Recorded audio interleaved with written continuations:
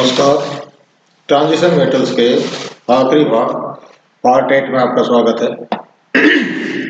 इसमें हम चर्चा करेंगे मॉलिक्यूलर ऑर्बिटल थ्योरी में मॉलिक्यूलर ऑर्बिटल थ्योरी या जिसका दूसरा नाम है बैंड थ्योरी। इसको दिया था कुंड और मोलिकन नाम के साइंटिस्टों ने। जब एटॉमिक ऑर्बिटल्स ओवरलैपिंग करते हैं तो मॉलिक्यूलर ऑर्बिटल्स बनते हैं जिनकी संख्या कितनी होती है, ओवरलैपिंग में भाग लेने वाले एटॉमिक ऑर्बिटल्स की संख्या के बराबर होती है। तीन प्रकार के मॉलिक्यूलर ऑर्बिटल्स बनते हैं जो कि नीचे आपको ब्लू कलर से दिखाई दे रहे हैं। BMO bonding molecular orbital, ABMO anti bonding molecular orbital, NBMO non bonding molecular orbital. इन ऑर्बिटल्स को दो डायग्राम की सहायता से बताया हुआ है। लेफ्ट हैंड साइड वाले डायग्राम में आपको दिखाई दे रहा है कि दोनों बाईं तरफ और दाईं तरफ एटॉमिक ऑर्बिटल्स हैं और बीच में मॉलिक्यूलर ऑर्बिटल्स हैं। मॉलिक्यूलर ऑर्बिटल्स में नीचे जो ग्रीन वाला है वो तो है बॉन्डिंग मॉलिक्यूलर ऑर्बिटल और ऊपर रेड वाला जो है वो है एंटी बॉन्डिंग मॉलिक्यूलर ऑर्बिटल। इसमें नॉन बॉन्डिंग नहीं शो किया हुआ क्योंकि जब नॉन बॉन्डिंग ऑर्बिटल्स बनते हैं तो ऐसी स्थिति में एटॉमिक ऑर्बिटल्स में एनर्जी डिफरेंस होता है। यहाँ पर आप देख रहे हैं कि एटॉमिक ऑर्बिटल्स की एनर्जी बराबर बताई हुई है। बाएं और दाएं तरफ जो ब्लैक लाइन है वो एटॉमिक ऑर्बिटल को शो कर रही है। नीचे वाली ग्रीन मॉलिक्यूलर ऑर्बिटल कौन सा, बॉन्डिंग मॉलिक्यूलर ऑर्बिटल, और ऊपर वाली non bonding anti bonding molecular orbital को शो कर रही है। राइट वाला डायग्राम नोड और एंटी नोड के रूप में आपको ये बता रहा है।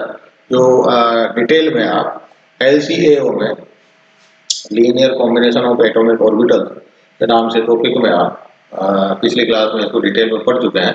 तो जो नोड बनती है वो किसमें बनती है, एंटी बॉन्डिंग मॉलिक्यूलर ऑर्बिटल्स में। तो जिसको आप देख पा रहे हैं, इससे नीचे वाला जो डायग्राम है, नीचे वाला डायग्राम हमें शो कर रहा है।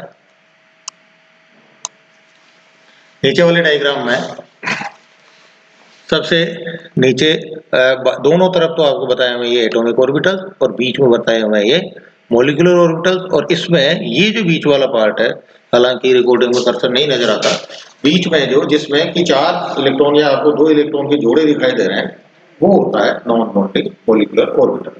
इसमें आप देख रहे हैं कि लेफ्ट हैंड साइड वाला जो एटॉमिक ऑर्बिटल है वो ऊंचा है, यानी उसकी एनर्जी ज्यादा है, और राइट हैंड साइड वाला जो एटॉमिक ऑर्बिटल है जिसमें 5 इलेक्ट्रॉन आपको भरे हुए दिखाई दे रहे हैं, 2 इलेक्ट्रॉन के पेयर और एक सिंगल इलेक्ट्रॉन थी ऑर्बिटल में, तो वो उसकी एनर्जी कम है और वो नीचा है। तो ये इन दोनों के बीच में जो एनर्जी डिफरेंस है, ये एनर्जी डिफरेंस इसमें कितने आयनिक प्रॉपर्टीज होंगी उसके बारे में बताता है, जो कि हम डिटेल में मॉलिक्यूलर ऑर्बिटल थ्योरी में पढ़ते हैं। तो यहाँ पर तीनों मॉलिक्यूलर ऑर्बिटल आपको बताए हुए हैं। सबसे नीचे वाला जो सिग्मा से रिप्रेजेंट किया हुआ है वो है बॉन्डिंग मॉलिक्यूलर ऑर्बिटल। ऊपर जो सिग्मा स्टार से है वो है एंटी बॉन्डिंग मॉलिक्यूलर ऑर्बिटल। और बीच में जो शो किया हुआ है जिसमें 2 इलेक्ट्रॉन के जोड़े आपको दिखाई दे रहे हैं, ये बेसिकली क्या होता है, लोन पेयर ऑफ इलेक्ट्रॉन्स होते हैं जो कि बॉन्डिंग में पार्टिसिपेट नहीं कर रहे होते हैं। उन इलेक्ट्रॉन के जोड़ों को यहाँ पर हम रखते हैं और ये इसीलिए कहलाता है नॉन बॉन्डिंग मॉलिक्यूलर ऑर्बिटल।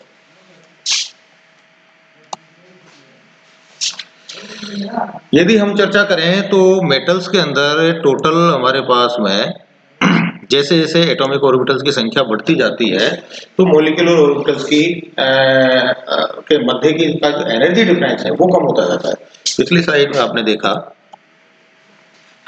कि ये जो एनर्जी डिफरेंस है एटॉमिक ऑर्बिटल्स के बीच में बनने वाले मॉलिक्यूलर ऑर्बिटल्स में जितना भी गैप है, ये गैप धीरे धीरे, क्योंकि ये मॉलिक्यूलर ऑर्बिटल जो बनेंगे वो धीरे धीरे कहाँ आएंगे, अंदर की तरफ बढ़ते जाएंगे। अंदर की तरफ बढ़ते जाएंगे तो एक लिमिट ऐसी आएगी कि एंटी बॉन्डिंग मॉलिक्यूलर ऑर्बिटल और बॉन्डिंग मॉलिक्यूलर ऑर्बिटल दोनों आपस में एक दूसरे से गुथ जाएंगे। क्यों? उसका कारण ये है क्योंकि एटॉमिक ऑर्बिटल्स की यदि संख्या दें तो मेटल्स में 10 की घात 23 तक एटॉमिक ऑर्बिटल्स होते हैं, और वो सारे के सारे जब मॉलिक्यूलर ऑर्बिटल बनाते हैं तो वो सारे मिलकर के एक दूसरे में मर्ज होकर के एक पट्टिका बनाते हैं, पट्टिका का सा निर्माण करते हैं, जो कि ये हाथ से बनाए हुए डायग्राम में आपको नजर आ रहा है। हाथ से बनाए हुए डायग्राम में सबसे लेफ्ट साइड वाला जो डायग्राम है वो आपको बता रहा है कि दोनों तरफ एटॉमिक ऑर्बिटल्स हैं, बीच में मॉलिक्यूलर ऑर्बिटल्स हैं, और ये जब नीचे की तरफ ऊपर से नीचे और नीचे से ऊपर की तरफ बढ़ता है तो ये आपस में मिक्स होकर के जो बीच वाला डायग्राम है उसके जैसे आपस में मिक्सअप हो जाता है, और मिक्सअप होकर के एक पूरी पट्टिका यानी एक बैंड का सा निर्माण करता है। इसीलिए इसका नाम, दूसरा नाम जो है क्या है, बैंड थ्योरी। अब इस बैंड में होता है, इस थ्योरी के अकॉर्डिंगली इस बैंड में 3 पार्ट होते हैं, कौन कौन से, वैलेंस बैंड, ऑर्बिटल जोन और कंडक्शन बैंड। वैलेंस बैंड सबसे नीचे होता है, कंडक्शन बैंड सबसे ऊपर होता है, ऑर्बिटल जोन इनके बीच में होता है। ऑर्बिटल जोन निषिद्ध क्षेत्र, निषिद्ध क्षेत्र से क्या तात्पर्य है, यानी जहां पर जाना वर्जित है, वर्जित क्षेत्र, जहां पर इलेक्ट्रॉन का रहना या जाना मना है। ये इसके 3 पार्ट होते हैं और इनके आधार पर हम कंडक्टर और नॉन कंडक्टर और सेमीकंडक्टर को इसकी सहायता से हम समझा सकते हैं। कैसे, बैंड में उपर्युक्त चित्रानुसार जो ऊपर जो डायग्राम हाथ से बनाया हुआ है, 3 भाग होते हैं जिनमें नीचे वैलेंस बैंड, मध्य में ऑर्बिटल जोन एफजेड व ऊपर कंडक्शन बैंड होता है। यदि वैलेंस बैंड और कंडक्शन बैंड, यानी वैलेंस बैंड जो कि रेड कलर से दिखाया हुआ है और कंडक्शन बैंड जो कि ग्रीन कलर से दिखाया हुआ है, इन दोनों के बीच में यदि एनर्जी डिफरेंस 50 किलो कैलोरी पर मोल तक होता है, तो ऐसी स्थिति में क्या होता है, इलेक्ट्रॉन का वैलेंस बैंड से कंडक्शन बैंड में आसानी से एक्साइटेशन हो जाता है, यानी वो वैलेंस बैंड से कंडक्शन बैंड में इलेक्ट्रॉन आसानी से चला जाता है। और जो मेटल है वो मेटल कैसा होता है, गुड कंडक्टर होता है, सुचालक होता है।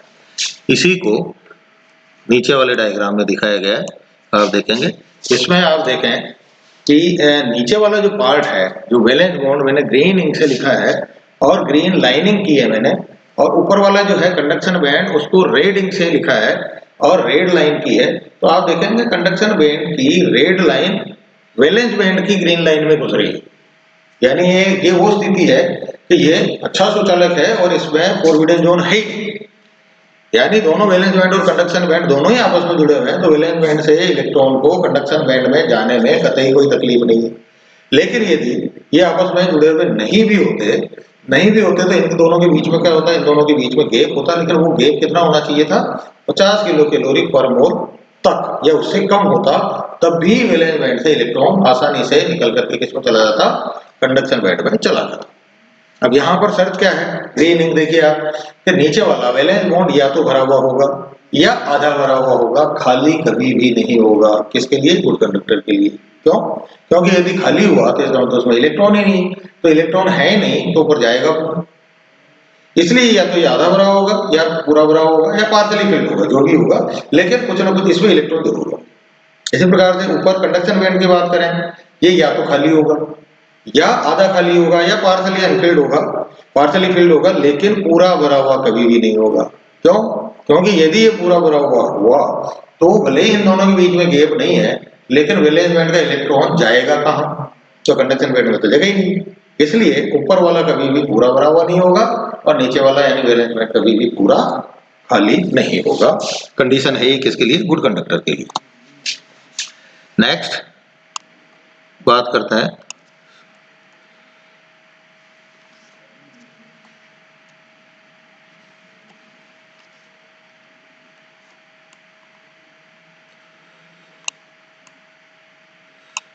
एक स्लाइड शायद इसमें से मिस हो रही है, मैं आपको वैसे बता देता हूं। दूसरा होता है इंसुलेटर, या उसको आप सामान्य बोलचाल भाषा में आप बोल देते हैं बेड कंडक्टर। वो एक्चुअली बेड कंडक्टर जो शब्द है, बेड कंडक्टर और नॉन कंडक्टर। बेड कंडक्टर में एक ये उस समय की बात है जिसमें सेमीकंडक्टर का इन्वेंशन नहीं हुआ था, तो बेड कंडक्टर बोलते थे। बेड कंडक्टर हिंदी में बोलेंगे आप कुचालक, और नॉन कंडक्टर को बोलेंगे आप अचालक। तो कुचालक और अचालक में थोड़ा सा माइन्यूट सा अंतर है। अंतर क्या है, कुचालक के लिए हम कह सकते हैं कि ये विद्युत या ताप का चालन नहीं करता, सामान्य परिस्थितियों में विद्युत का चालन नहीं करता। और अचालक यानी नॉन कंडक्टर के लिए हम क्या शब्द इस्तेमाल करेंगे, ये विद्युत का चालन नहीं कर सकता। अंतर ये होता है, वहां कहते हैं नहीं करता, यहाँ कह रहे हैं नहीं कर सकता। तो नॉन कंडक्टर में नहीं कर सकता, बेड कंडक्टर में नहीं करता। तो नहीं करता तो दोनों में ही है, लेकिन जहां नहीं करता बेड कंडक्टर की बात करते हैं तो वहां पे एक संभावना छुपी हुई है, तो सामान्यतया तो नहीं करता, लेकिन यदि उसके अंदर जैसे जर्मेनियम में उसमें होल यदि उत्पन्न कर दिया जाए तो ऐसी स्थिति में प्रयास करने पर, हीट करने पर, प्रयास करने पर वो चालन कर भी सकता है। तो ये पॉसिबिलिटी उसमें छुपी रहती है। इसलिए अब उसको हम क्या बोलते हैं, सेमीकंडक्टर, और इसके लिए नॉन कंडक्टर या फिर इंसुलेटर वर्ड यूज करते हैं, जो कि अचालक के लिए काम में लेते हैं। तो इसमें क्या होगा, वैलेंस बैंड और कंडक्शन बैंड दोनों के बीच का जो एनर्जी गैप है वो 100 किलो कैलोरी या उससे ज्यादा होता है। तो ऐसी स्थिति में इलेक्ट्रॉन नीचे से ऊपर तक नहीं जा पाता। और यदि 50 से 100 किलो कैलोरी के बीच में यदि उसके अंदर एनर्जी डिफरेंस रहता है तो ऐसी स्थिति में वो कहलाता है सेमीकंडक्टर। यानी वो आसानी से तो चालन नहीं करता, लेकिन उसमें एक पॉसिबिलिटी होती है कि वो चालन कर सकता है, वो कहलाता है सेमीकंडक्टर। इसकी एक स्लाइड इसमें सजेस्ट होगी है, करता हूँ, और इसके बाद में अगले टॉपिक के ऊपर हम चर्चा करेंगे। तब तक के लिए नमस्कार।